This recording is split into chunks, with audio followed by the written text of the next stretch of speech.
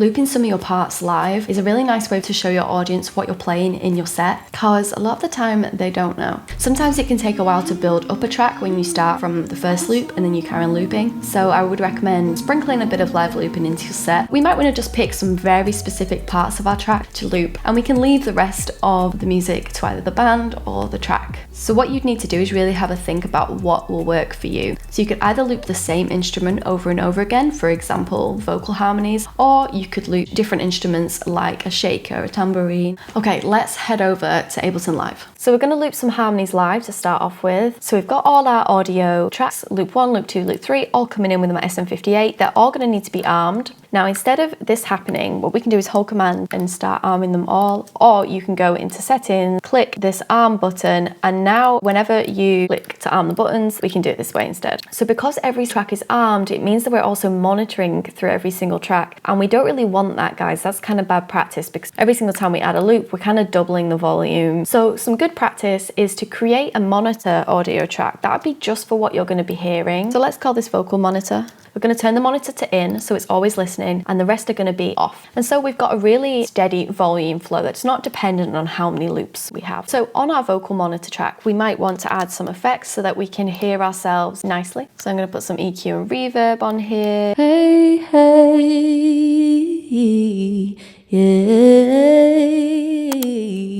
Now all we need to do to start our loop 1 is hit the record button within this first clip, and then we move to loop 2 and loop 3. But obviously live, we don't want to be going over to our trackpad on our laptop. We want to be able to hit a button and then it to start loop 1. So we can use pretty much any MIDI controller. Probably going to want something with pads and knobs for maybe if you want to add some effects. Pads are good for hitting for this kind of situation. I'm going to use my Akai MPD 218, which is quite an affordable MIDI controller, but also I'm going to show you on the Ableton Push as well. What we need to do for any of our MIDI controllers, we go to MIDI mapping mode, and then we click the button we'd like to map. So I'd like to map this record button on vocal loop 1, and then I'm going to hit a pad on my controller. Now when I come out of MIDI mapping mode and I click the button, we're ready to loop, and I can click that button again to stop the recording of the loop. Let's map the rest of the buttons to the MIDI controller. We're going to go back into MIDI mapping, map this button to the next pad, map this button to the next pad, come out of MIDI mapping mode, and we're ready to go. Let's see if we can loop something.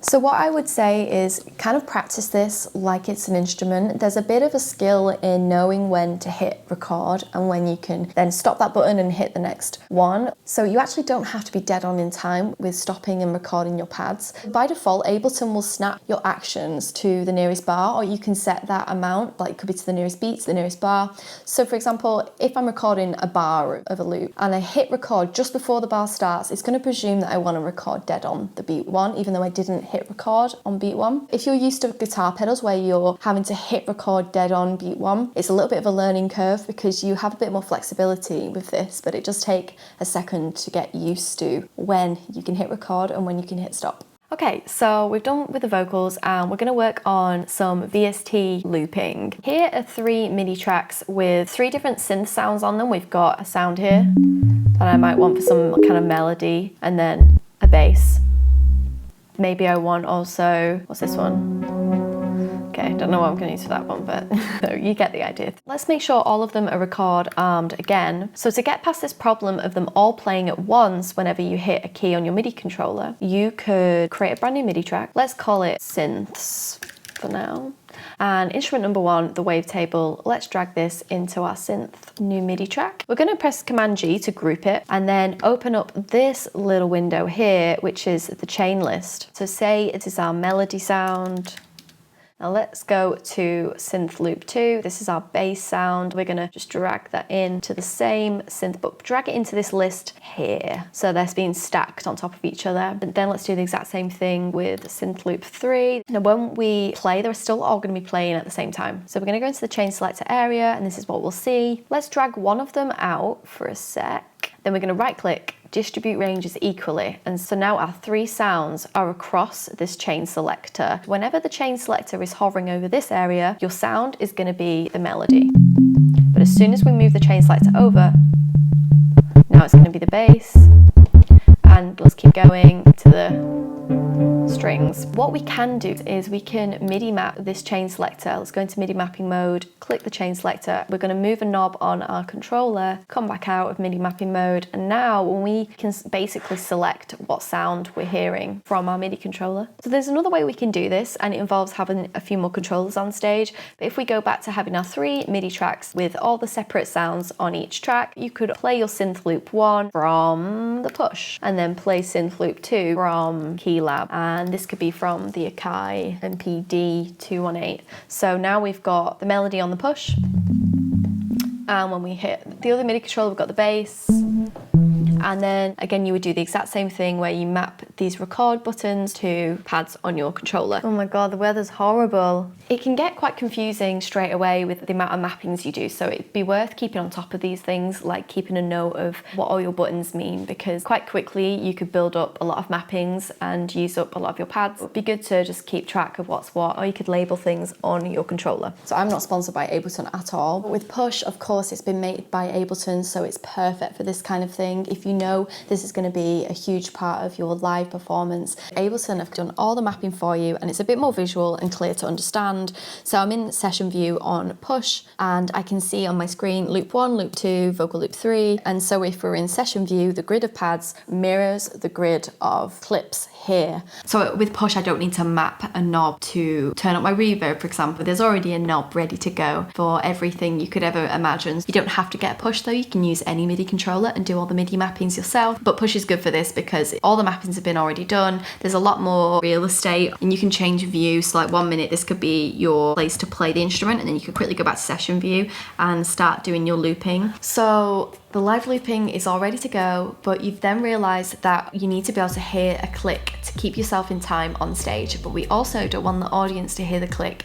So there's a bit of routing that we need to sort out that's really crucial in making sure that not only we can hear ourselves, we can hear what we're looping, but that we can hear the click, have control of the click's volume. Say everything is super loud on stage and we need more of that click in our ears, and not only that, but where beat 1 is of the bar. So let's talk about all the routine settings we're going to need for this to work. If you only have 1 stereo out on your audio interface, this is still possible, I believe. You can just send your master out mono, out maybe output 1, and then your headphones could be plugged into output 2. And then we still have the problem of we are only going to be able to hear the click, and we're not going to be hearing any other music, whereas your front of house are going to be having a great time. They're going to be hearing everything perfectly. So we're going to have to make ourselves a little mix in our ears using a return track. So I've created 4 different return tracks. These are going to be little mini mixes to either send to our headphones or to send to ourselves. Let's call this first one front of house vocals, front of house synth, front of house bass, and then finally my headphones. In my opinion, I don't think we need to send many things out stereo. We want everyone in the audience to be able to hear everything equally. We don't want something to be panned hard left and then only the people in the left of the audience can hear it. Front of house vocals, that's going to be output number 1. Synths are going to be output 2, for example. Our bass is going to come out of output 3. Ignore the fact that it says microcosm, and then output 4 is going to be where our headphones are going to plug into. We want the cue, the metronome, to be in our headphones only. So that's going to be output 4. Now I've created some pretend tracks that are going to be our loops, and everything's going to be mapped to our MIDI controllers as we planned.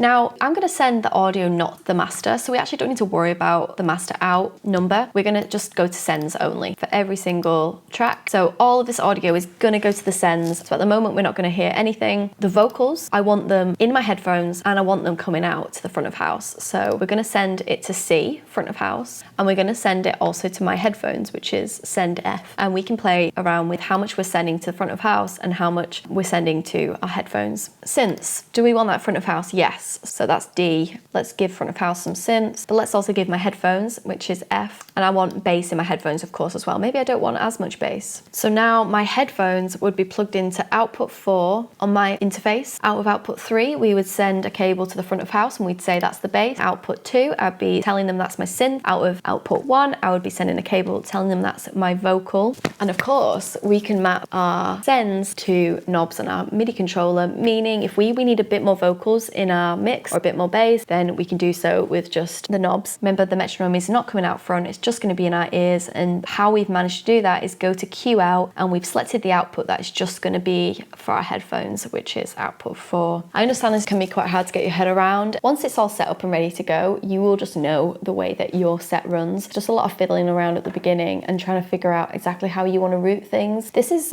one way of doing things, but this way gives us a lot of flexibility so that we can control our own mix, but it also gives flexibility for the mixed engineer out front. Of course, you might be doing this set with a backing track that would need its own output as well, so that the mixing engineer out front can just turn up that backing track and turn you down if you're too loud. Let's face it, we're never too loud, you need to turn me up. Before we move on, we might want to have some effects on our vocal just in our ears, but send a completely dry vocal to the front of house. So let's talk about how we would do that. A quick way of doing this is just having 2 vocal tracks, vocals front of house, and then duplicate vocals, my headphones. So we'd only want to send the my headphones to F, which is my headphones. Get rid of it there. We won't want to send this one to the front of house, so get rid of it there. And then we can use our normal like reverb and delay sends to have some reverbs. So we've got our vocal track here. We can add some reverb.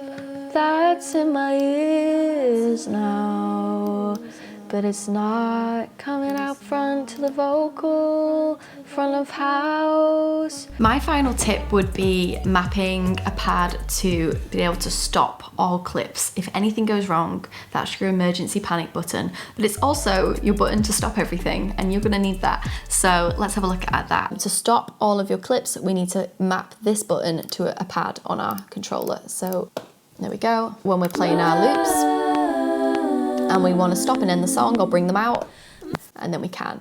Okay, so that was how I would go about looping my instruments live. I wish you the best of luck, and feel free to give me some comments and questions down below. Give me a subscribe, thumbs up, all that jazz, and I will see you in the next one.